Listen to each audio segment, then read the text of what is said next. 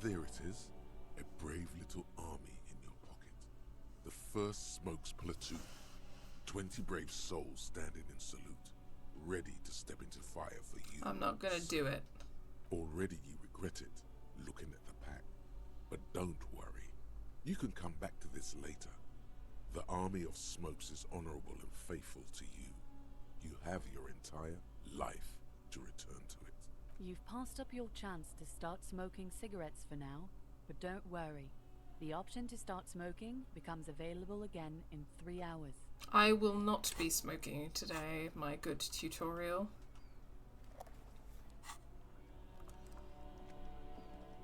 Just gonna ask Cindy about her art.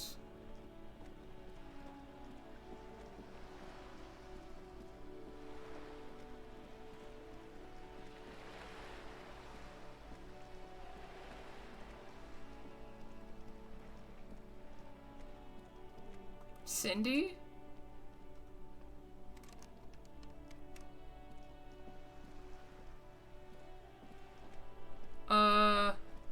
Cindy the Skull? Where are you, Cindy the Skull? Why is there just a trail of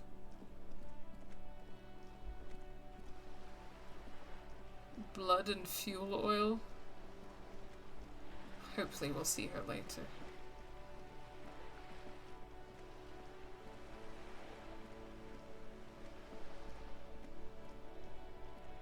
Well, I guess it's just going to be off to the fishing village.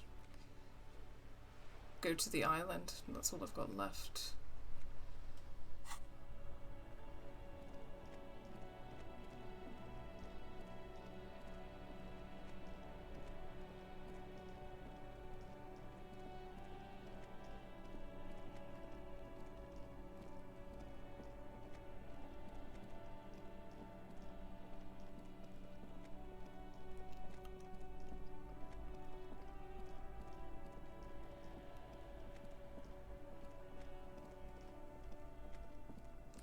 Yeah, I guess, so it's an interesting thing in terms of like when I'll replay this game.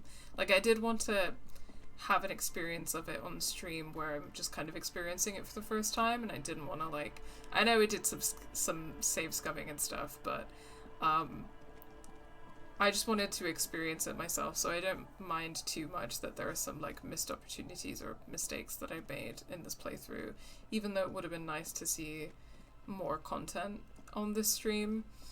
But it's definitely interesting that, you know, I guess that the kind of player I am is often that I do want to like see as much as possible, do all of the side quests. I usually do put off the main quest as much as I can. In this game, it wasn't really until it was literally like I was on day 5 and then I got the notice from Joyce that it would be on the 5th day that my time to kind of figure out who had solved the murder would be up, in terms of, well, I clearly still have time to solve the murder, but like that the tribunal would happen on the 5th day and that like I'd be out of time to finish certain things before then. And by that point I was like, oh fuck, that's literally today.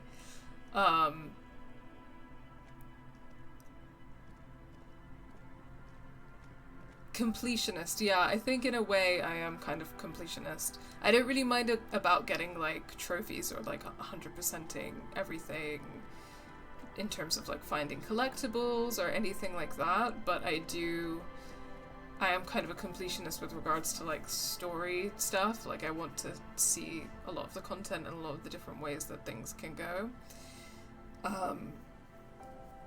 But yeah, I mean, clearly some replayability there. I think I'd probably like to play around with some of the different ways that you can play this, with the knowledge that on day 5 the tribunal is going to happen and you only have so much time to do XYZ.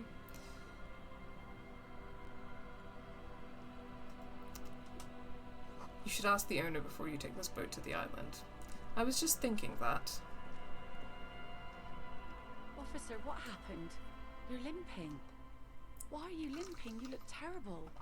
I really don't know why I don't have, like, crutches or a wheelchair or something.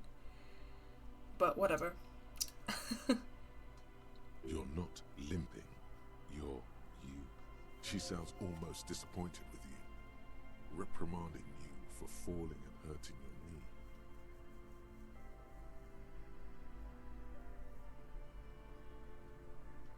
You seem angry. Why? Look at you. You can barely walk.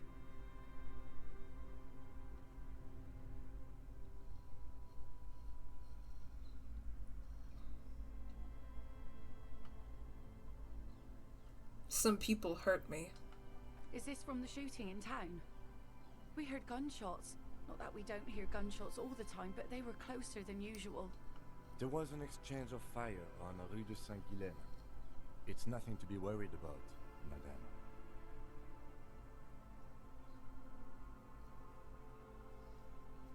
I have a question for you. Of course. Can I help you with something?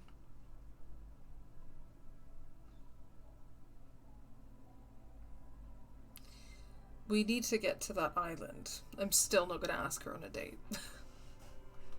That won't be a problem. It's wind still and the tar just dried. We've got 2 days of relative sunshine ahead. I shall not be asking this woman on a date. Because, like, listen, a lot of the options that I have to, like, flirt with women are creepy, so no. But also, she literally was, like, telling her, like, sordid story of, like, being married to an alcoholic who died at sea, and the character that I am playing is, like 1 week into trying to recover from being an alcoholic. So I don't think that's good for anybody. If she's still single and I'm still around in a few months, and ideally if I've quit being a cop and I'm still sober, then maybe it's on the table. But I don't think this is a good time for anybody to be dating. I don't know why she said that, because you can take all the time you want. Well, it does seem that there are some things that I wasn't able to complete before day 5. But is it even possible to solve the murder before day 5? Or, like, if you don't do any side quests at all? Or does it kind of generally play out the way that it played out this playthrough?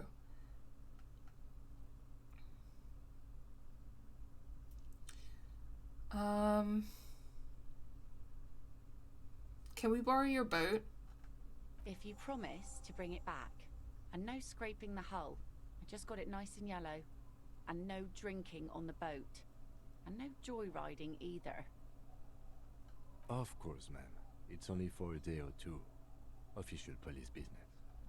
Aye. Yeah. Nod. The crow's feet disappear from the corners of her eyes as she smiles at you. What's on that island? Oh, nothing, just ruins. Used to be some kind of fortification there before the war for the communards. An anti-aircraft gun, I think, bombed to bits in the landing. I haven't been there myself, always steered clear of it. Hasn't been there herself. Who has then? You said you haven't been there yourself. Who has then, if not you? My husband used to drink there. Him and his drinking buddies. Always seemed like a bad place to drink to me. People died there during the landing, you know. My mother told me.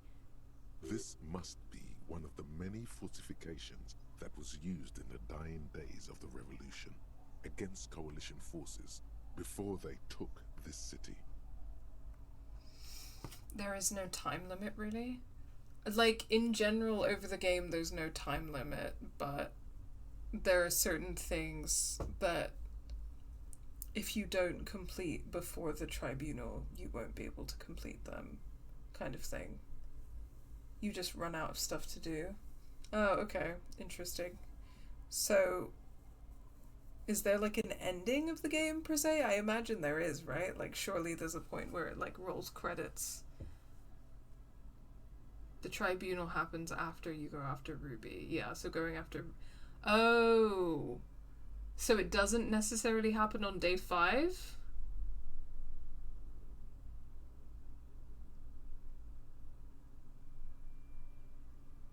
The kids sometimes go there too. I know they do, on rafts. I tell them not to, but they bring back old bullet casings and such. Oh, got you. Thanks, guys. So, if the tribunal only happens after you go after Ruby, it can happen on any day. But that's like the event that triggers it. Oh, okay.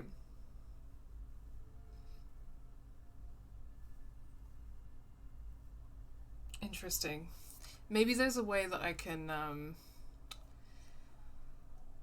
gonna keep going with it for now, but maybe there's a way that I can load an earlier save after I'm done and wait until 10 p.m. to have the meeting with Steban and try to finish the communism plotline.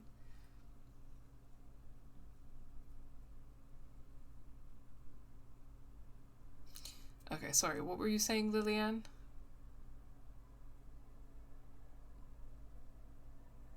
The kids? Which kids? The twins. God forbid they bring the girl along on some rickety barge. Can we maybe ask your twins about that place before we go? Would that be alright? Be my guest. They've a strange way of talking. See if you can get anything useful out of them. I seldom do.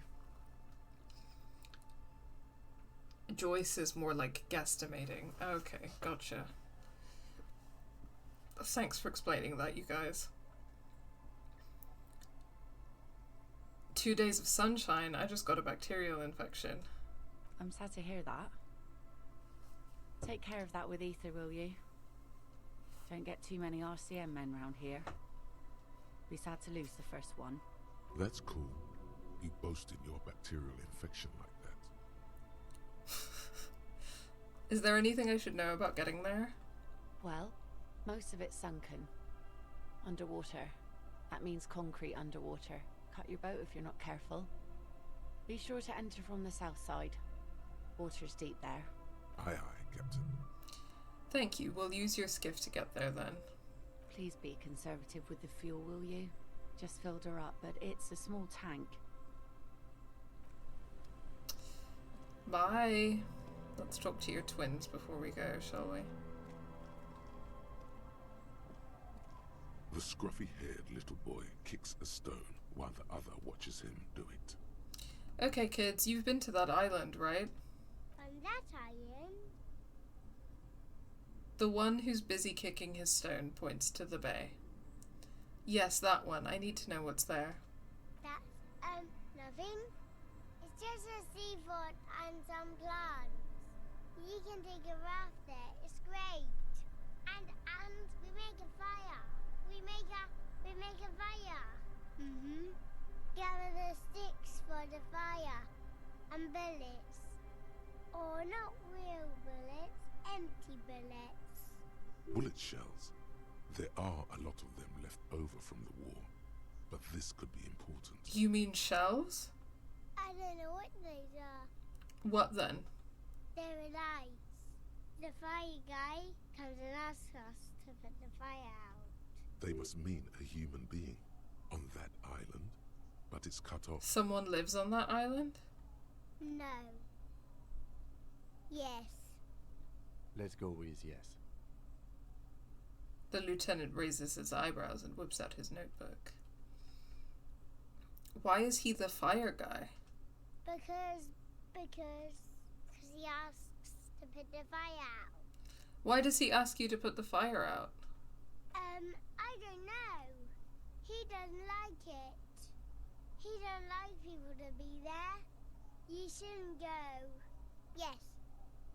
The other one adds laconically, standing with his hands glued to his sides like a little tin soldier. You mentioned something about lights? I don't know. Did you mean there are electrical lights?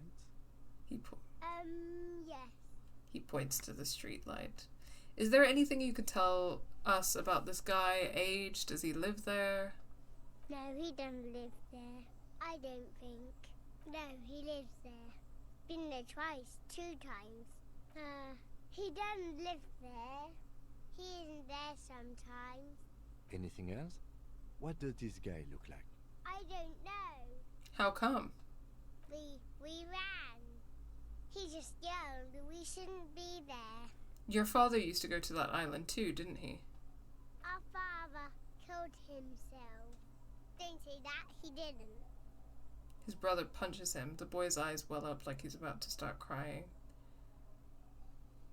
Say nothing. I'm sorry. The one says to the other, rubbing his brother's shoulder affectionately. Is that all you know? Is there anything more you can tell me about the island? There's The boy says, rubbing his eyes. It's clear that he has no intention of finishing the sentence. Lights, fire guy. We should check up on that island.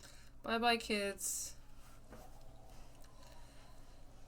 I wouldn't say that kids are useless. I don't agree with that sentiment.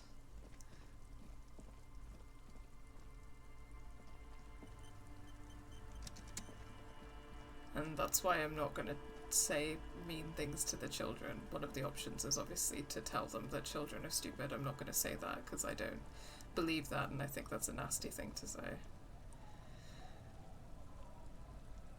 Okay. Let's just go to the island then.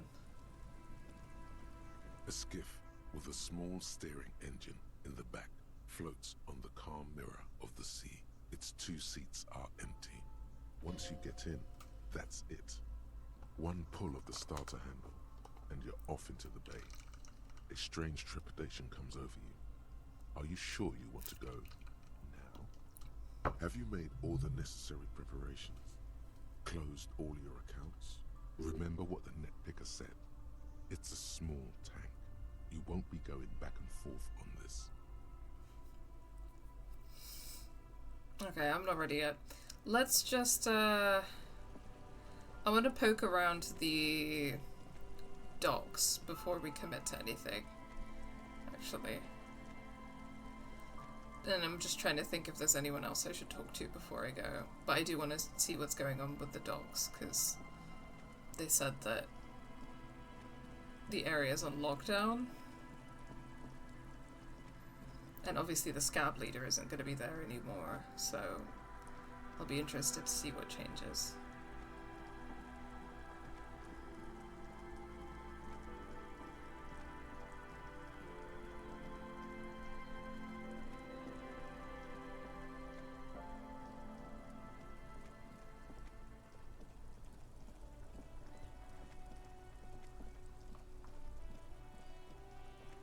Hey, Tommy. My man, you're alive. Almost. Kind of. Sort of alive. I love how you're just running around with a gun out. Yeah. I don't know why I can't just have my gun in a holster like a normal person. That would be fucking terrifying if I saw someone do... Yeah. Yeah, it would be. I should probably put my gun away.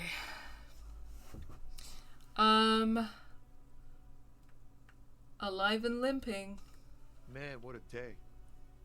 I missed out on most of the action, but I heard it was quite the encounter. Had a strong sense of finality to it. So what's next? You guys heading back to Jamrock now? Talk is local union muscle were behind it all. I'd reckon the case is closed, even if it kind of turned into a shit show. I'm still looking around, loose threads to tie up. Good luck with that, my man. Ain't easy being you, but hey, you're still breathing, right? By the way, you're not angry with me anymore? Fuck it. I'm a bad guy now. There's things more important than holding a grudge. It's okay. You've been through enough. We are what we are. And you're a cop. True. A few questions before I go. Shoot. Sorry, man. Didn't mean it like that. Ask away. I met the lady driver on my investigation. She's called Ruby. Okay. Is it wise to share information about the case like this, sire? The lieutenant throws you a quick glance. What are you doing? She slipped away. Oof, good on her. And good on you, too. Better focus your efforts on the bad guys. Mercs and such. Plenty of baddies to go around. And she didn't do it. Believe me, if it's something bad, then she didn't do it. Didn't know her for long, but I know people. He's relieved. All right.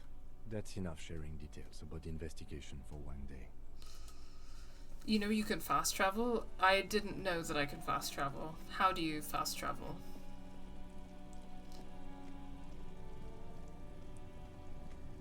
Here we go, yeah, the area is clear now, I guess. A lorry stuck in the traffic jam. The windows are clear. It's the same thing as before. Okay.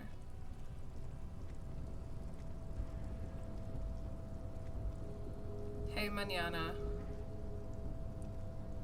The boyadero stares at you with respect, then gestures towards the trickles of blood adorning your clothes. Yeah, I got shot. No big deal. Yet you live. It calls back to an older era where this was commonplace. You have a true boyadero heart. I'm not a boyadero, mañana. I'm a communist. Right, so where is everyone? Hiding, gathering themselves. The harbor's in full lockdown, friend. No getting in or out, for the time being. You can't help me get inside? No, man.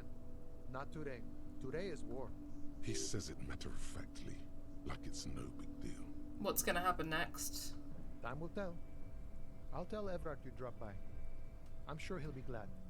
He gives you a small wink. What will you be doing now? I'll be okay here, doing lookout.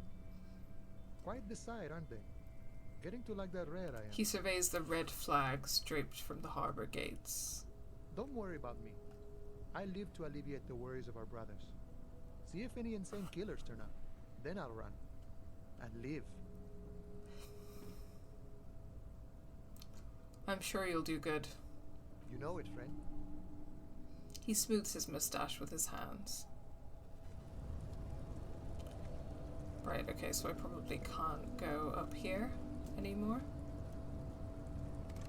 Yep, that's shut off now. And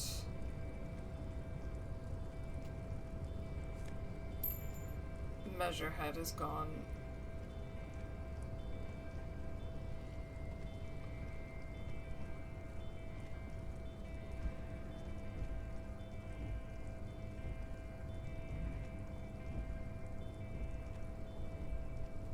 Oh, come on. Come on, Harry. There we go.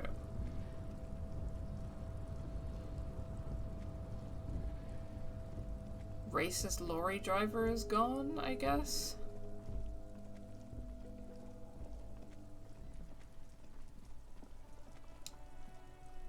On the map.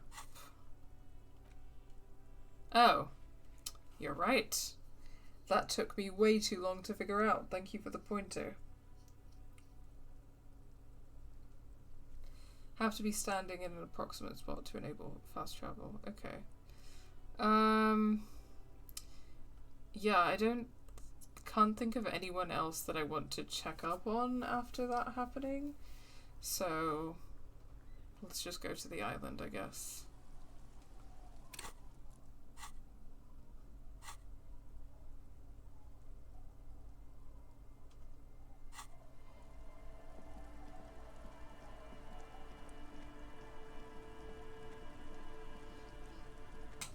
The skiff floats on the calm mirror of the sea. Its 2 seats are empty.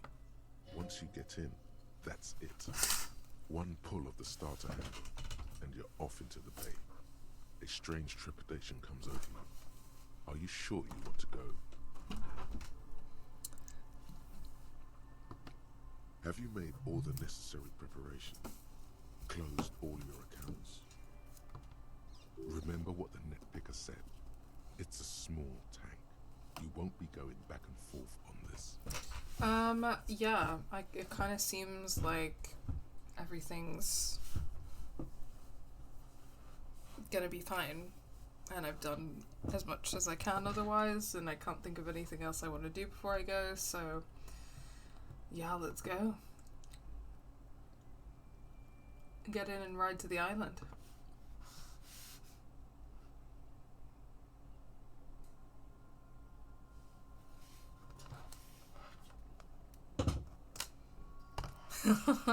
Why am I standing on the edge like that?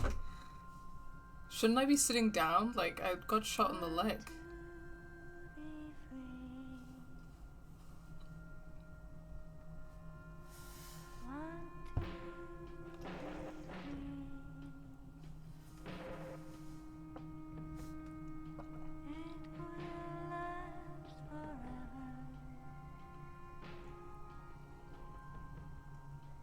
This is very atmospheric though, but Harry, please sit down.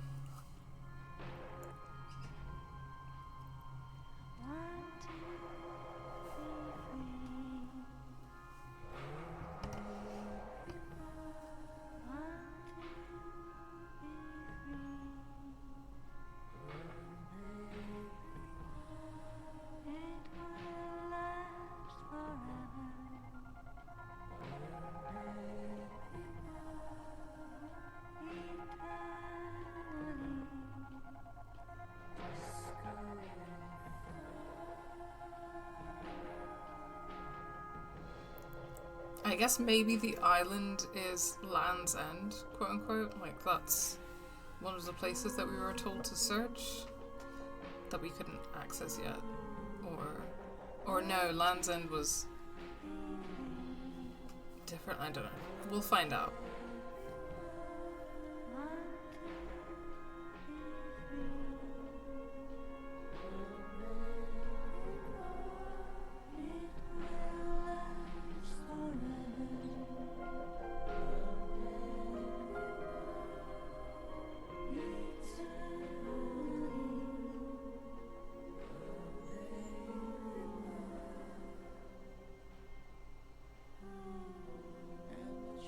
Birds. Seagulls, I assume. Flying around having a nice time. Vibing to the music.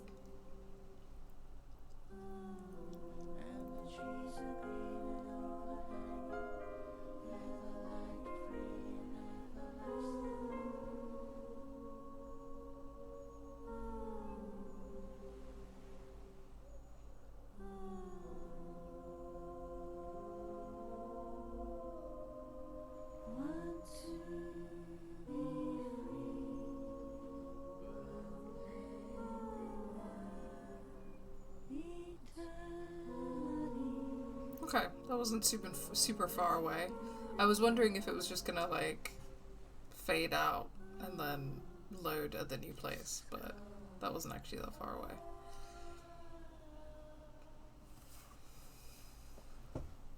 The boat comes to a slow stop. The lieutenant turns the engine off. Then there's silence. In the silence, a sputter of wings. A flock of quails takes off in the distance. Let's go. Why are you whispering? Climb out.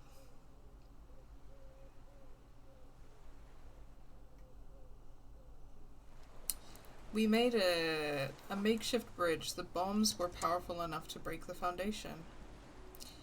The rusted chain trails off into the ocean.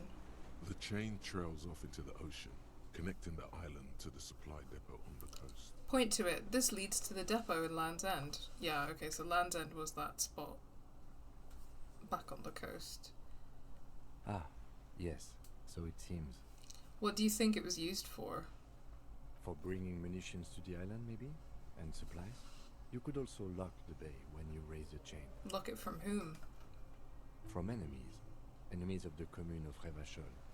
This sea fort was a revolutionary fortification, I believe.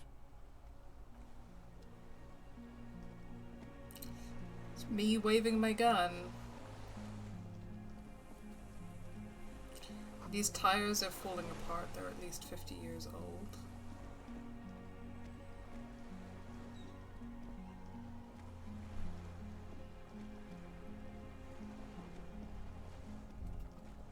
There's a lingering trace of mazut in the air. Some fuel has leaked out of the barrel, black, viscous. Attention, inflammable.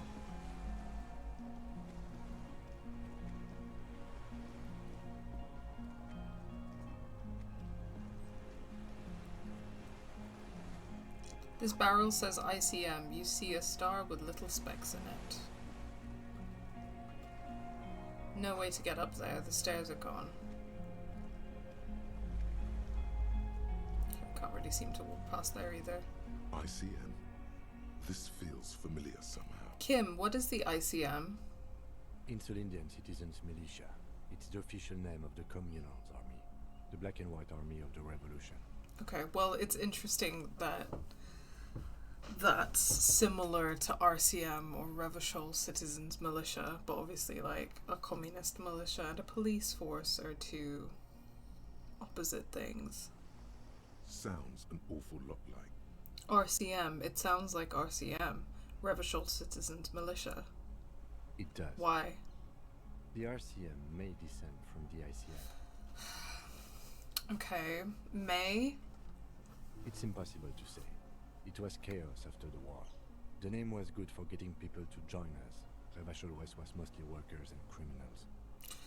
So I guess the question is, did it descend from that group or did they take the name because it made them sound good? Nice political thoughts rush through your neocortex. It's going to be hard to say them. Carrying around all that weight on a busted crutch is making you pant. Oh, so I am on a crutch that I can't see?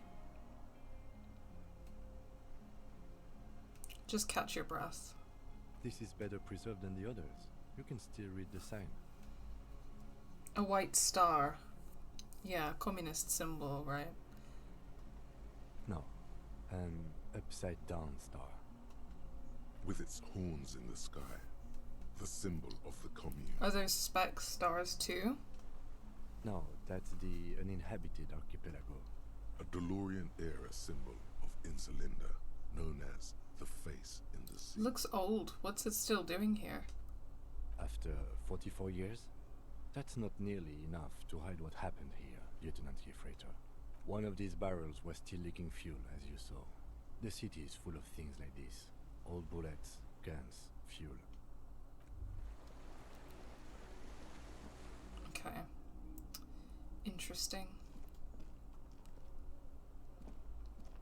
Oh. Let's look around here first. Careful, these stairs have collapsed.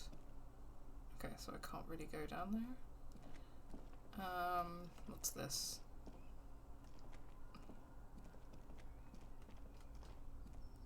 Books, mostly fantastique and historical fiction. Dishes stained with sauce and fire, a survivor's kitchen. You see candles planted on a broken rangefinder. A moth-bitten bed sheet keeps the wind out. Ooh. Clothes. Clothes.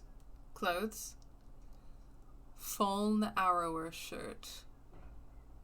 This fawn training shirt has seen one wash too many. It retains an unusual design, one sleeve short, the other long, but little of its original colors. A giant F swooshes across its chest, now in grey. Let me see what it looks like.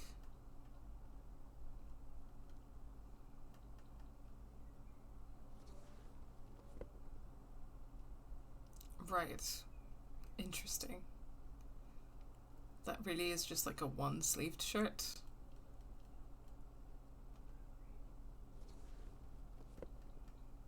Increases my hand-eye coordination. I'm sure that can't hurt.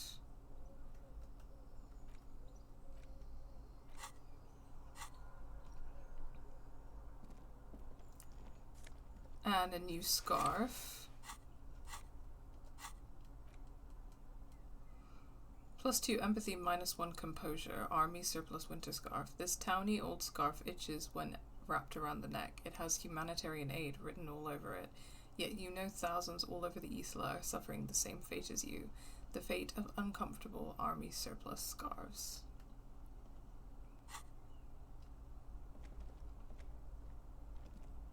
Books and magazines lie scattered on the floor, and on a makeshift cupboard. They are not particularly well organized. Sift through them. Most are soft covers, serialized fantastique and detective stories from the 20s and 30s. This disparate digest includes the classic Animal Adventures, popular depictions of man versus nature by amateur naturalists T&T Harpin, husband and wife. Widely read by people from all walks of life. Who doesn't like nature? Who doesn't want to survive? Among what is mostly commercial fiction and serialized stories, you find a magazine cathodique for electrical engineering. Then it's back to pulp. Light erotica, an international thriller about circuit benders. Someone's made themselves a home. Let's get our conceptualization on.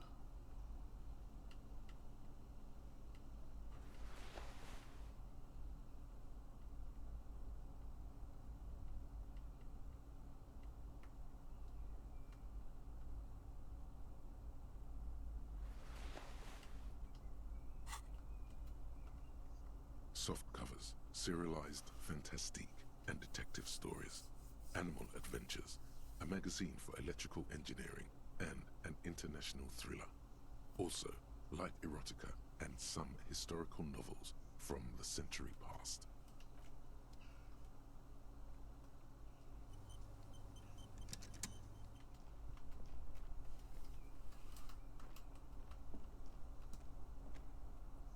Soft covers, serialized. Oh yes, under the bed, there is a rather extensive collection of critical theory, that is, dour, life non-affirming left-wing literature, published by small imprints such as Abattoir Firm and Ouzia.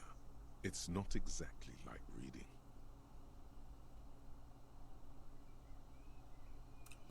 Look, Kim, powerful communist theory, rigorous and truthful. Ouzia. I agree. Humanitarian sciences. It stands out. Not a lot of critical theory around in Ravachol West. Your incendiary remark has failed to provoke him. It's making a strong comeback. After all, Kids dig this stuff. There was plenty of it in the students' room at the apartment building. That one student did have some, yes. It's still out of the ordinary. the little books seem inconsequential next to the big pile of frivolous entertainment covering them. Critical theory books. What do you think this means? Whoever has lived here, they have some education and a certain set of interests. Interesting.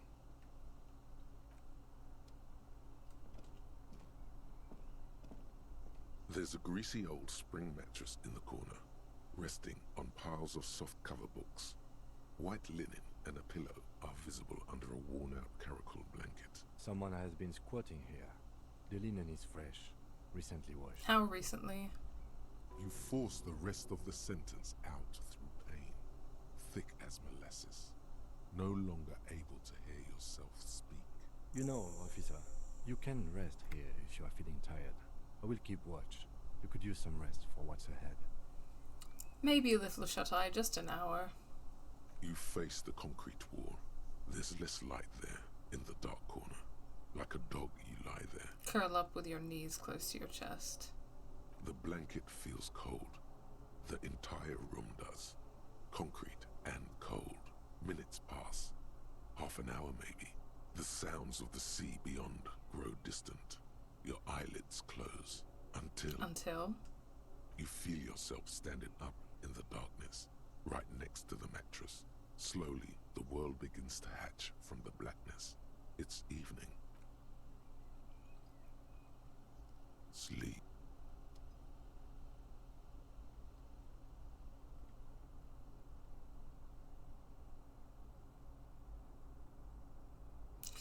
Well, shit. I thought it would just be an hour. Kim? The lieutenant is no longer here. Go outside to the beach. Kim? I have a terrible feeling about this. Also, hi Krasmazov. Am I just in a dream or something? The door is still here, closed. Feels strange somehow. You can't get in. Am I in a nightmare? I've got a bad feeling about this.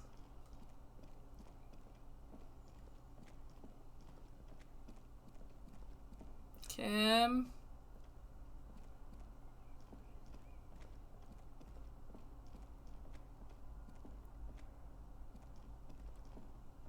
Kim?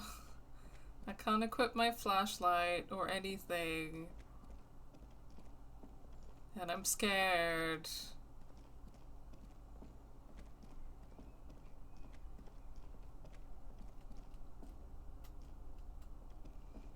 And I can't click on anything. Okay.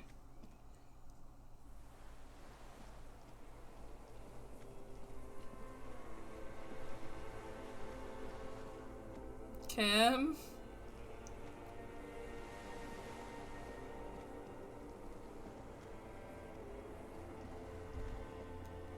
Go down to the chain. There's something there.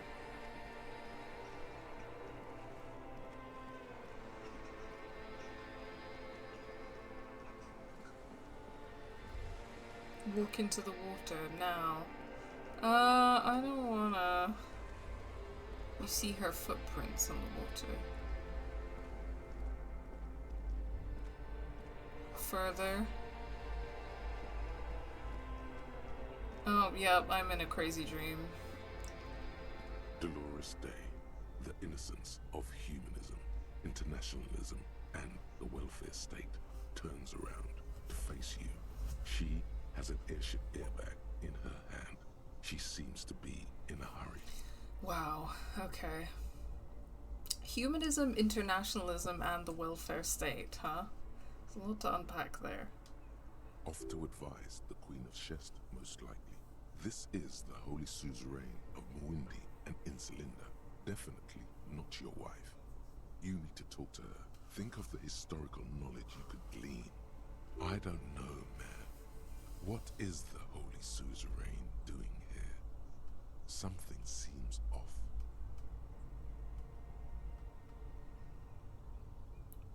Where are you going? I'm going to Morova. To live there, in Grad. It's 1 million kilometers away, Harry. Might as well be another lifetime. What's in the bag? Just my scepter, my globe cruciger, a spare silk gown, a toothbrush, travel documents, the crown of immortality. Crown of immortality? Aren't you already wearing one? Oh, this. She corrects the wreath on her forehead.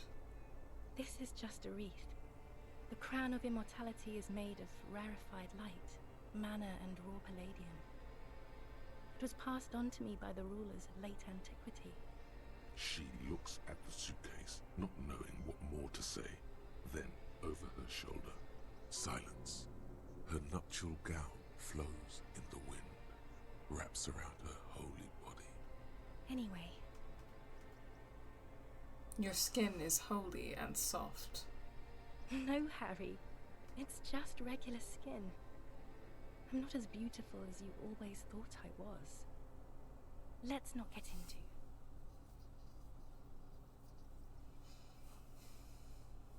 This is interesting. In terms of, like, the idea that he's conflating Dolores Dei with his wife somehow, and seems to be putting her on some kind of, like, a pedestal.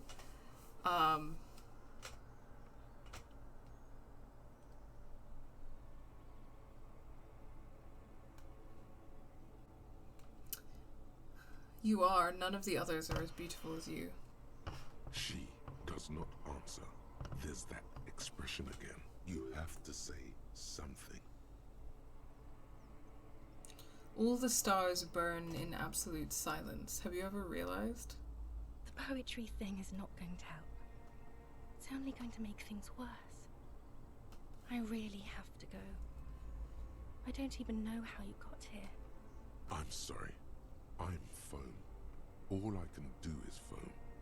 It's meaningless. Something is off.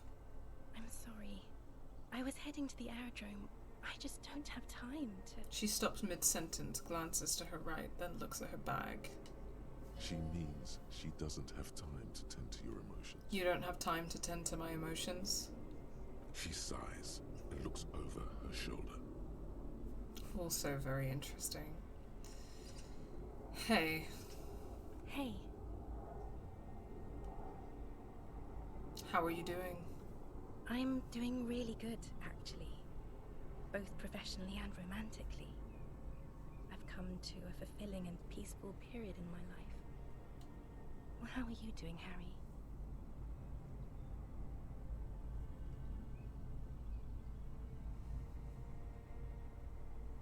I'm not doing very well.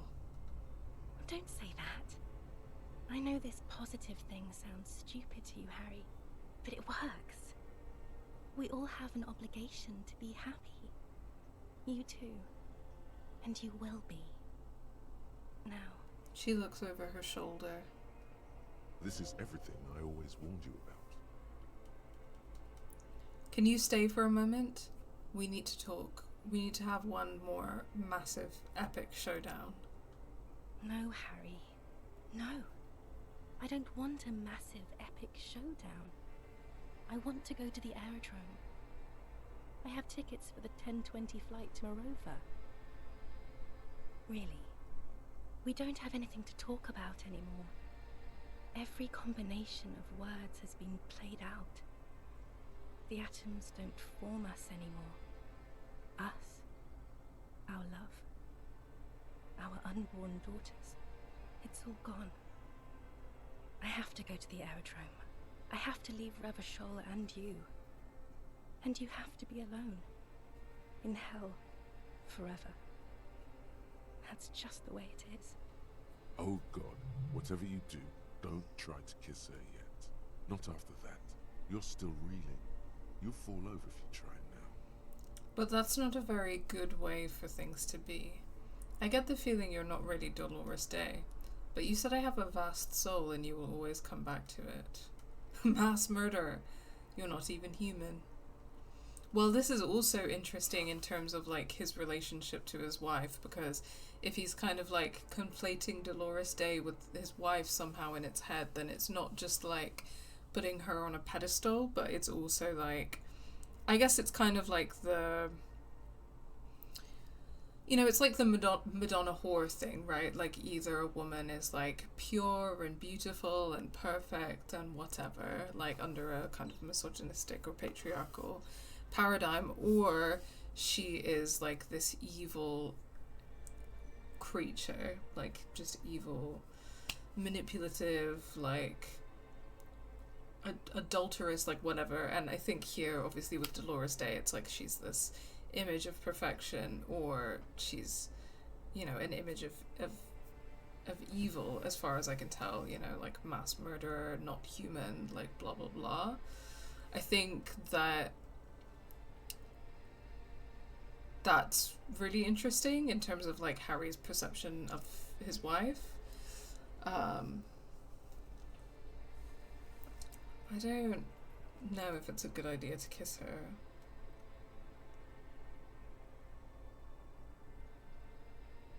You said I have a vast soul and you will always come back to it. We both said a lot of things. We were very young. It was her. I can feel it.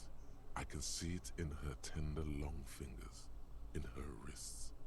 Her hand wrote it, said those things. Actually, you didn't say it. You wrote it in a letter, a handwritten letter. I kept it in my paperwork. As Queen Regnant, I write a lot of letters. She brushes a strand of white hair out of her eye. You need to recite it to her, for effect. All of it. No summaries. Yeah, put a stake through your heart. She'll get hurt too. Collateral damage.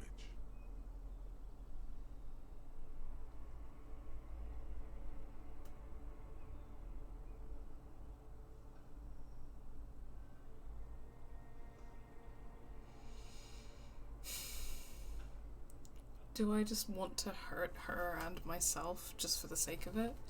I don't see how that helps anyone. You know what I mean. You left me a letter saying you'll always come back to me, that you can't believe how happy you are with me. Summarize. Okay, Harry. Okay. It was morning and you slept. The room smelled of cigarettes and Rowans.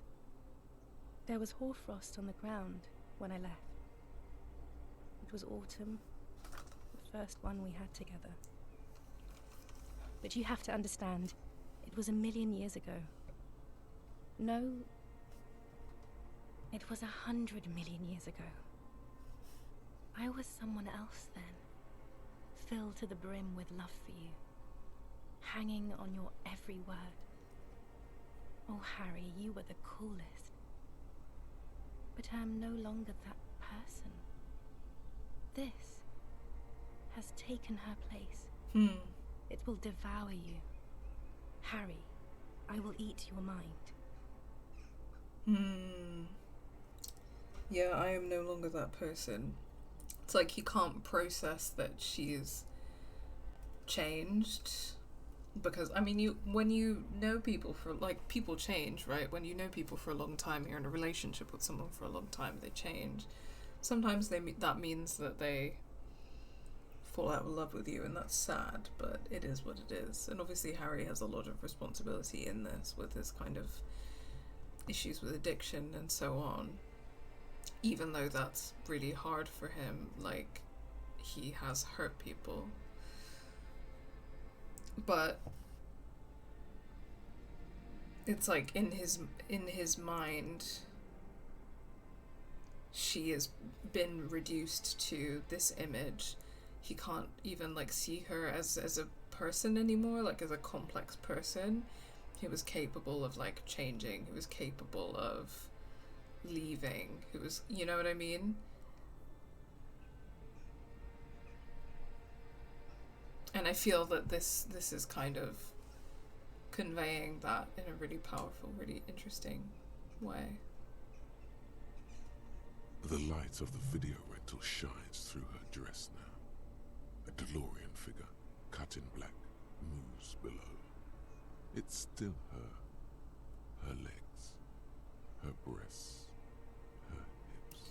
Yeah, you can say, can't you turn back to the person you were? I can see her in you under the gown and that wreath.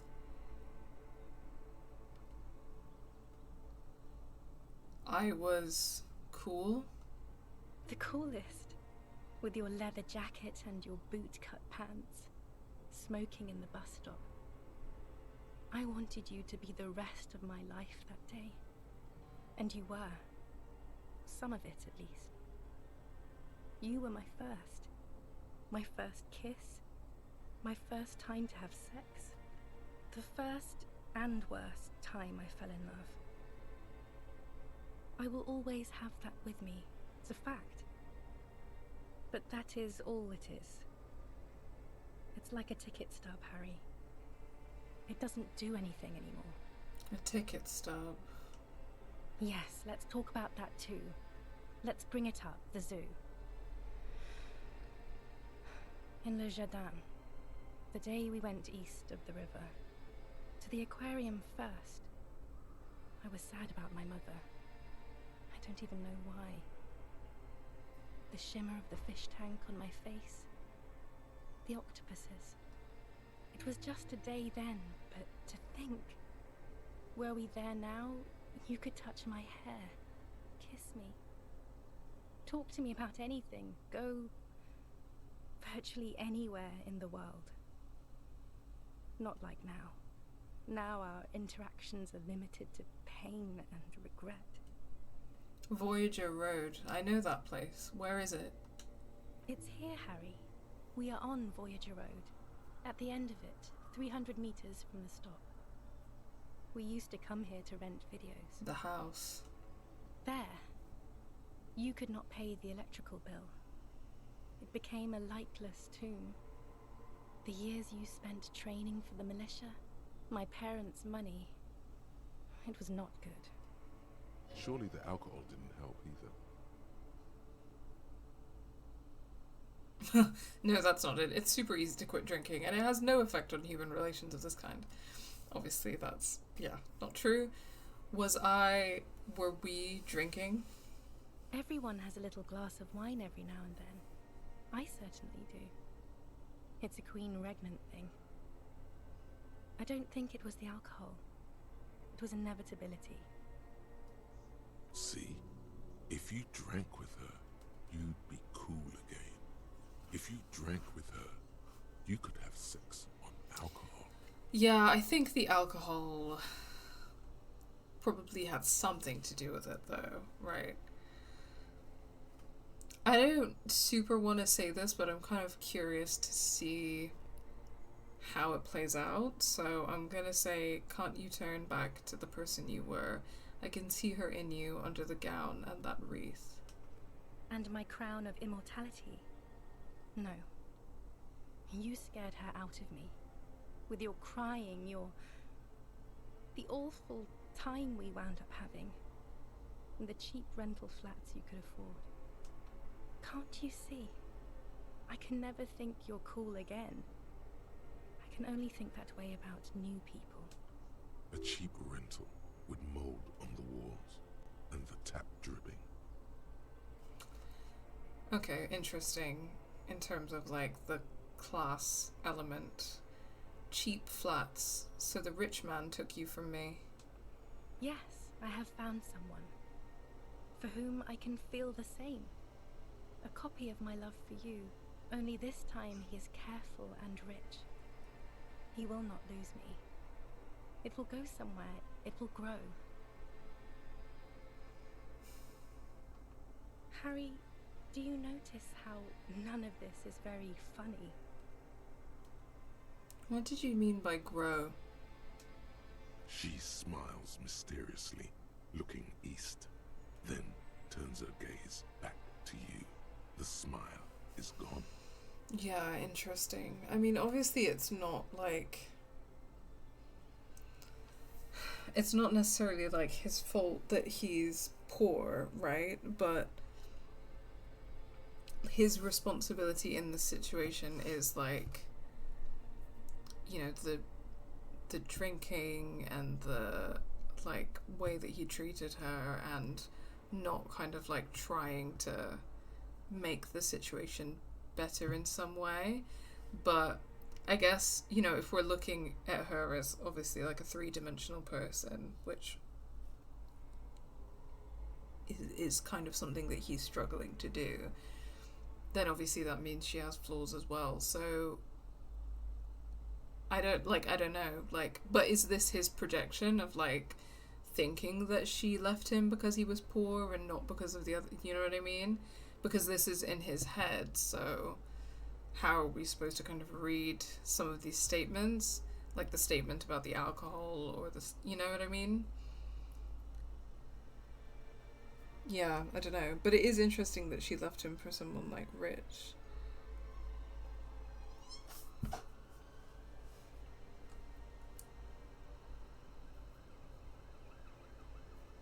Naja Snake says, I see it as a justification. I doubt it was money.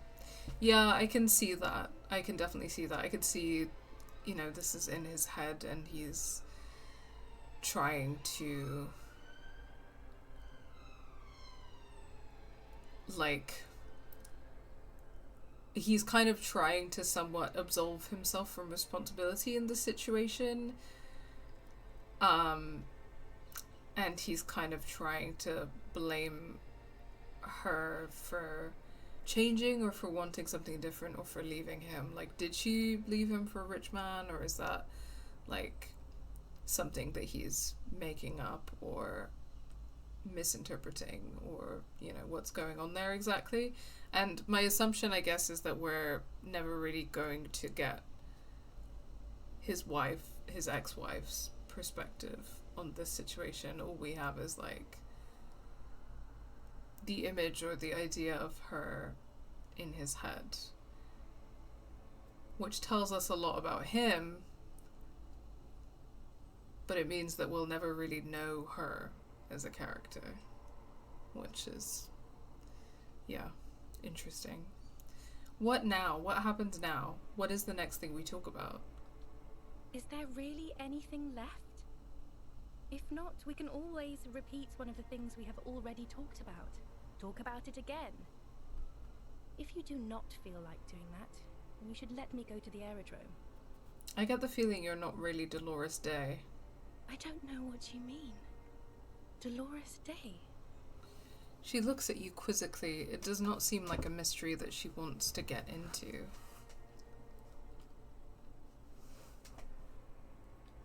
You're the ex something. Wasn't I Dolores Dei just a second ago? Now I'm the X thing?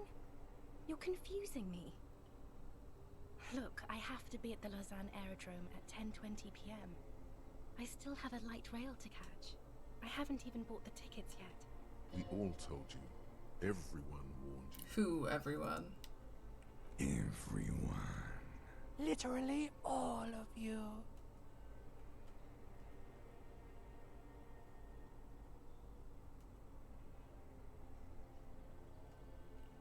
I'm glad we're having this conversation. I'm getting so much closure. I'm glad too, but I have to go. My friends are waiting for me on the platform. I can't let them wait. It's impolite. What?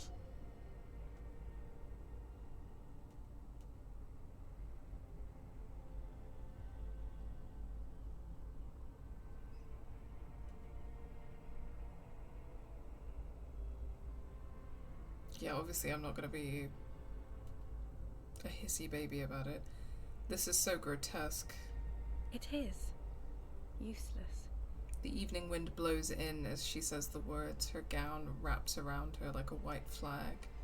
1,000 times you beat an animal. 1,000 times you've raised that fabric. What is underneath has always calmed you, centered you, made you sane.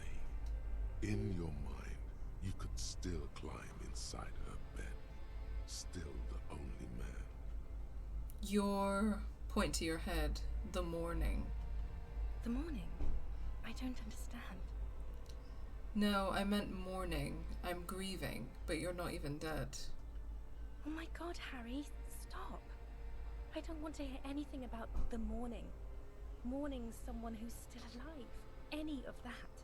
I can't do that anymore. I'm not 80 years old, I'm 32. People my age are not supposed to mourn. She breathes out. It sounds more angry than a sigh. I'm not going to call her an evil ape.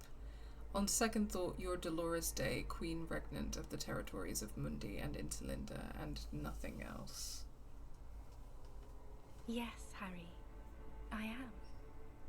Things have gotten much better for me, now that I am the ruler of the known world.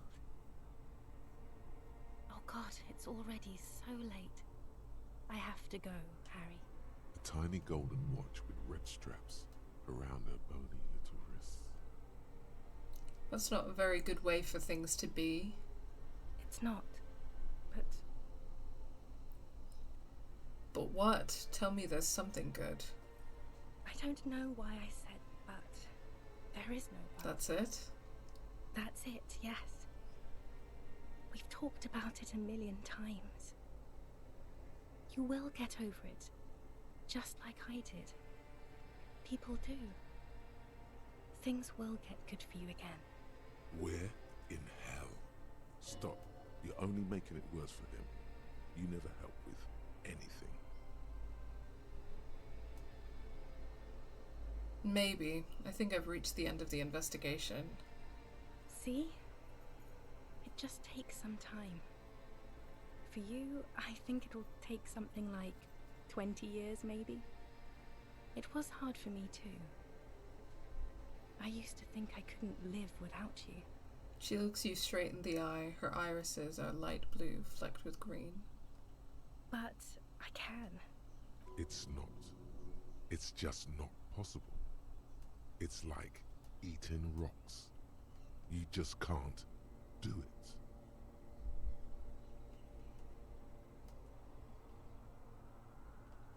"20 years? That's so much time." Yes.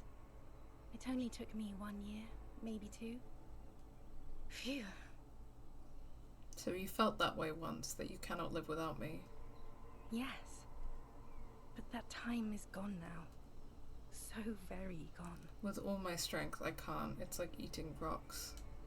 There is a silence.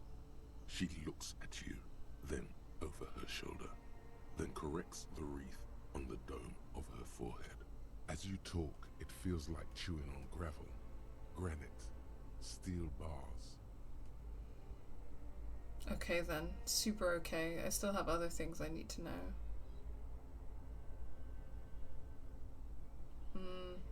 It doesn't have to be like this. Maybe we could try again? No, Harry. We can't. Why? We already tried again, and it didn't work. Is that how it is now? We should just try all good things twice, and then give up. By that logic, not you too. Let's try building communism twice. If it doesn't work, let's abandon it and be slaves forever instead. This is not the same thing. This is not the same thing, and I don't agree with that. But I'm gonna say it out of curiosity. Yes, of course. I'm bourgeois because I don't want to keep hurting you. Called the fuck out. That was me being a Marxist male manipulator. They do exist. Too many of them.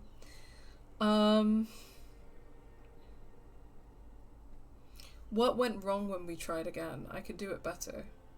I don't know. Please. She shuffles from one golden sandaled foot to the other. In the distance, a streetcar screeches.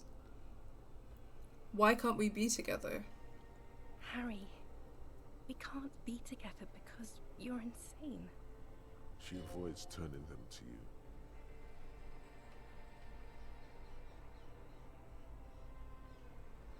Insane how? They're turning moist now. Her eyes. She slowly shakes her head and tries to get hold of herself, brushing her hands in her gown. What do you mean by insane? You know what I mean. Everyone gets a little down. A little down? You've worked there for so long, you can't even talk like a normal person anymore. It's always lists with you. Questions. Ah, interesting. So being a cop is something that changed his personality or influenced him in a way that she doesn't like. Very, very interesting. They're not lists, they're trees. This is another one, isn't it? We're in a tree right now. Oh, very meta.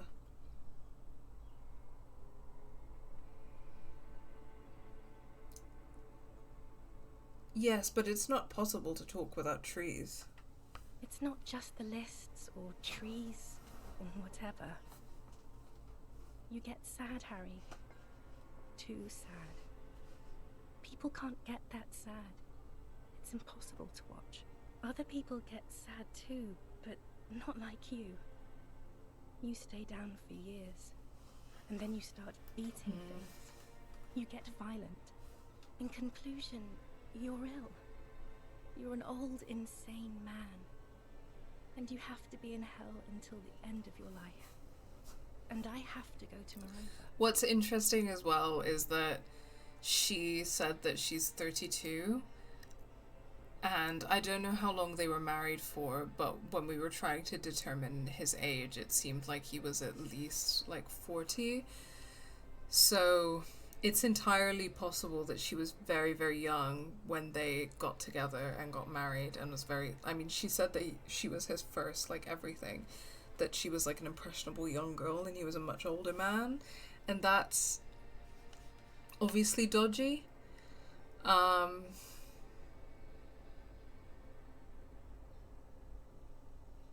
Yeah, that's it. I feel that that's kind of potentially implied here, which is also like an interesting part of this situation. We don't know if she's 32 now or 32 when she left. Yeah, I don't know how long ago they broke. It's a good point. We don't know, like, how long ago they broke up and how long they were married for and when they got together. But I think that either way, I think that that implies like quite an age gap. And, you know, if you're 32 and you're getting together with someone in their 40s, then that's not as much of, like, that's not really a problematic thing. The age gap stuff is, like, problematic because of power dynamics, right? So if it's like a girl, like a 20-year-old girl getting together with, like, a guy in his 30s, then that's, or like even younger than 20, obviously, but I still think that 20 is, like, you're still very, very young. It's still really, really, like, young and impressionable and stuff in your early 20s, right? Like, especially around 20, 21, 22, I think. And I think that that's why, like, the power imbalance is the reason why that's a dodgy age gap. There does seem to be that element of it, even though we don't know the specifics. Let's just go down these. You're not even human. I am actually very ordinary, Harry. Below this gown and wreath, I have an ordinary soul and ordinary thoughts. The only thing inhuman about me is this. She looks around. This thing you've made me into. Hmm. I'm sorry for saying so, but I just hate it. What is this? This is so far gone, Harry. I don't even... Yeah. No, fair enough. Fair enough, babes. It is really far gone, and it's, like, weird and misogynistic. It's, you know, even though that obviously this character is, like, very empathetic in a lot of ways, and I'm not trying to, like, diminish his emotions here, but there is a lot about him doing dodgy fucking things and trying to rationalize them in his head and, like, paint himself entirely as the victim and not take responsibility for some of the things that he's done that are, like, not okay, the way that he's hurt people, which may or may not include, like, getting together with a very young girl who, I mean, even the way she describes it, like, I thought that you were the coolest, like, when I saw you smoking on that, but you know what I mean? Sounds so young. And, you know, getting really drunk and hurting people and all of that kind of stuff, you know what I mean? And he just can't, he can't, like, process that properly. Like, he can't deal with his own actions and the idea that he's done things that have hurt people. Hi, GB. Welcome. I don't know if you've played Disco Elysium before, but you've come right in the middle of a very somber scene. Okay. This disclaimer that I'm, like, role-playing. I kind of said this earlier, but I'm putting that disclaimer here again now for some of the dialogue options that I'm exploring. No, you're special. You had glowing lungs. My lungs do not glow, Harry. I am just like all the others. None of us have glowing lungs. Stop making me into some kind of... She will, once you have erected the Temple of Light. I can still make your lungs glow if you let me. You're right, you don't have glowing lungs. You don't deserve them. Well, that's mean. I will build you a temple of light with my mind, a temple of unimaginable proportions. It will be something no one has ever done before. I will build it with computers. That's not healthy. But then this is all meaningless. That's also not super fond of that, so I don't know. I don't have a lot of good options here.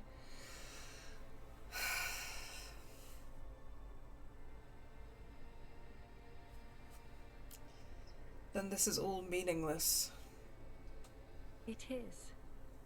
And it's making me late for my beautiful, beautiful flight to Morova. Far, far away from you and Revachol. A warm gust wraps her gown around her waist and between her thighs. An apricot-scented ghost wafts out of her, her skin, the fabric, into the flow of the air around you. All the roads will miss her footsteps when she's gone from here. A completely different world.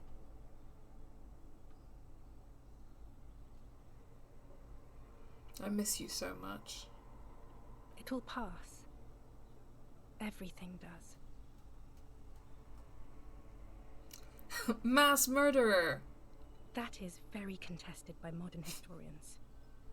Very contested. Plus, you're only saying this because things didn't work out between us. I have to go to the aerodrome now. I don't have time to defend myself from these accusations.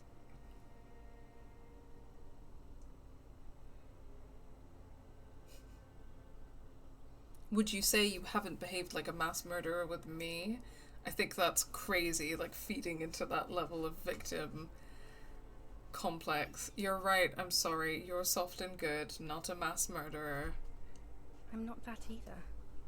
Can't I just be? Exactly. Exactly. I think it's a really bad idea to kiss her.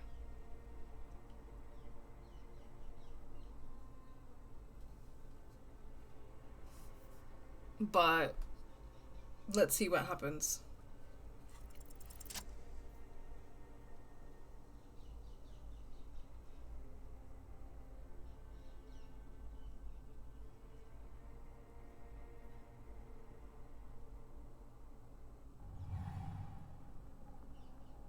With your feet trembling from the steps you took, tepid and fearful, you stand against her, her body close to you, radiating warmth. With your eyes closed, you move your lips on her mouth. She is not kissing you back.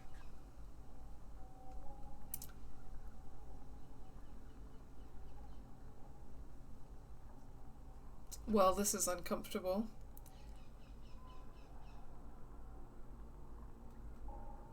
Cold silver against my forehead. The delicate wreath on her forehead pressing into your temple. The silver is cold from the spring evening air. Her cheek against mine. Feels like soft fuzz, a bird covered in down feathers, brushing against your broken capillaries. The world's most precious material, reserved for those she lets close enough to feel it. You are stealing a touch. It's not yours to take. I feel her breath. Her chest rising like a pillow, warm exhalations against the side of your mouth, her tender soul moving through her lungs.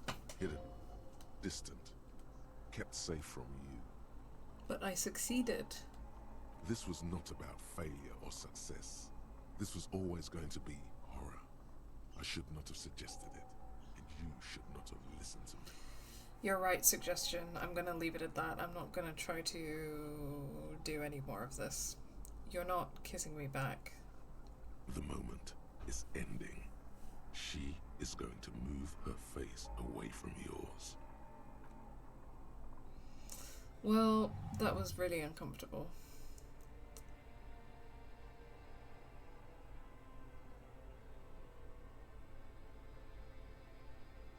Trying hard not to look at you. When she withdrew and you held on to her hand, she tried not to look at your face and see the expression there. Brother, you should put me in front of a firing squad. I have no words for how I felt. It's okay, suggestion. That was a terrible suggestion, but we don't need to get that extreme about it. You're the apricot chewing gum scented one. No, I'm just Dora.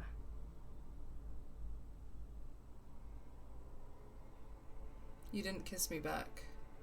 She breathes out heavily, as if something painful has passed through her, and shakes her head.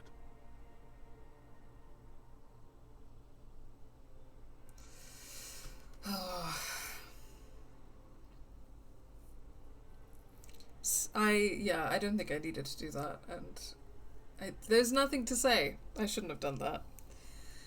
Say nothing, stand there like a useless dildo. She shakes her head one more time. The evening wind rustles her hair, blowing old newspapers and fast food wrappings down the street. Thank you for the follow, Shen Kafena.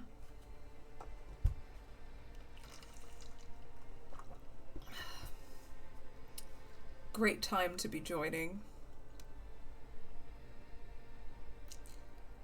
Why didn't you kiss me back? I mean, I know why, but you know. Why did you do that to yourself? You know I don't cheat, Harry. I never cheated on you. That's it then. No, Harry. Not yet. There is one more thing you have to see. She slides her hands down her chest and onto her lower stomach and smiles. I'm pregnant.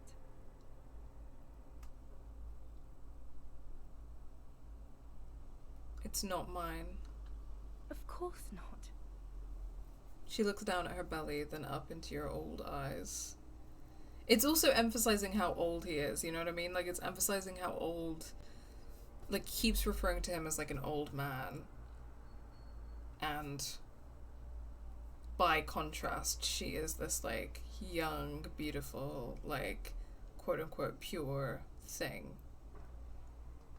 I terminated yours. Don't you remember? You poor fuck. Poverty-stricken. Holy shit. Okay. Now, go ahead. Ask me more questions. Let's talk about something else. Again, yeah. Not sure if this is real or if he's just projecting. In the sense that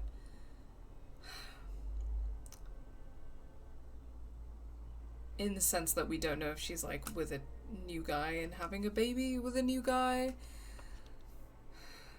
or why she might have had an abortion if she did indeed terminate her pregnancy. Like, what were the reasons for that? But I mean, beyond poverty, I think, considering his issues with alcohol and violence, I think there are a lot of reasons why you would be hesitant to have a child with him, right? Like... No, this has to end.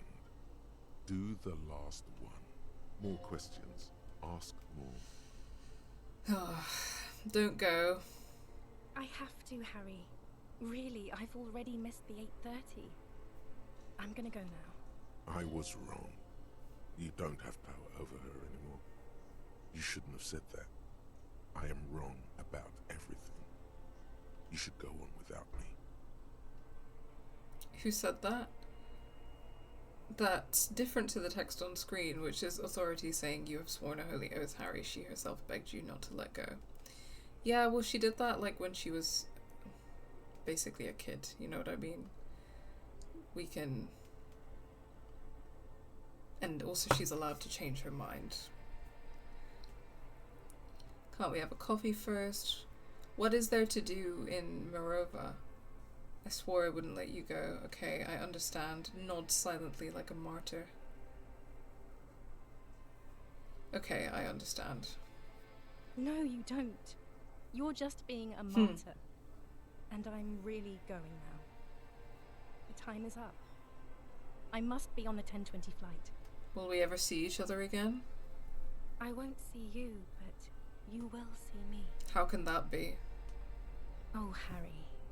This is a dream. Can't you see? I'm already in Morova by now. Who knows how long ago this happened? A year? 2? 5 years ago? How will I see you again then? Right here, tomorrow night. Once this dream starts happening, it keeps happening. 3 times a week, at least. And Harry, it really, really looks like it started happening again. There's the video rental. I'm suffocatingly beautiful. And young. And I smell of tutti frutti chewing gum. Like I did that time when I asked you for forgiveness. After leaving you the first time. So long ago. But this is intolerably bad. Oh yes. This is real darkness. It's not death, or war, or child molestation. Real darkness has love for a face. The first death is in the heart, Harry. See you tomorrow.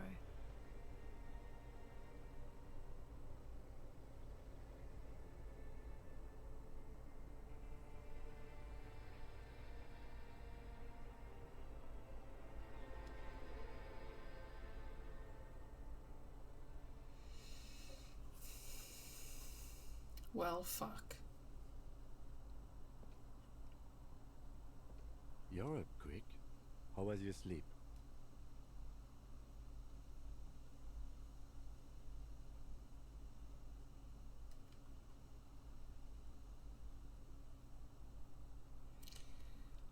My blood was deep and invigorating. Try to cover up the blood seeping out with your hands. Why are we bleeding? Swallow the blood and conclude. Let's comb the entire island centimeter by centimeter. That's the next step in the task chain. Just spit out the blood and get back to work like a badass. Actually, it was total annihilation, Kim. I did not want to wake you. Perhaps I should have? Was it a job dream? No, an ex-wife dream. The lieutenant nods solemnly. I understand. We've all been through similar things. It can be overcome.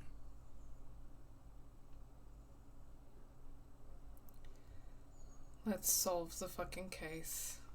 Are you sure you're okay? You thrashed around and you bolted up, half covered in blood from your wound. Oh, from the wound. Just spit out the blood and get back to work. Okay. He's still worried. You must have really threshed and squealed in your sleep. I think that us being boyfriends could help the situation, you know? Like, if you need to move on from your ex-wife, then just be a bit gay, you know? With your beloved companion, Kim Kitsuragi. Kim is out of Harry's league. No, you're right to say that. You are right to say that.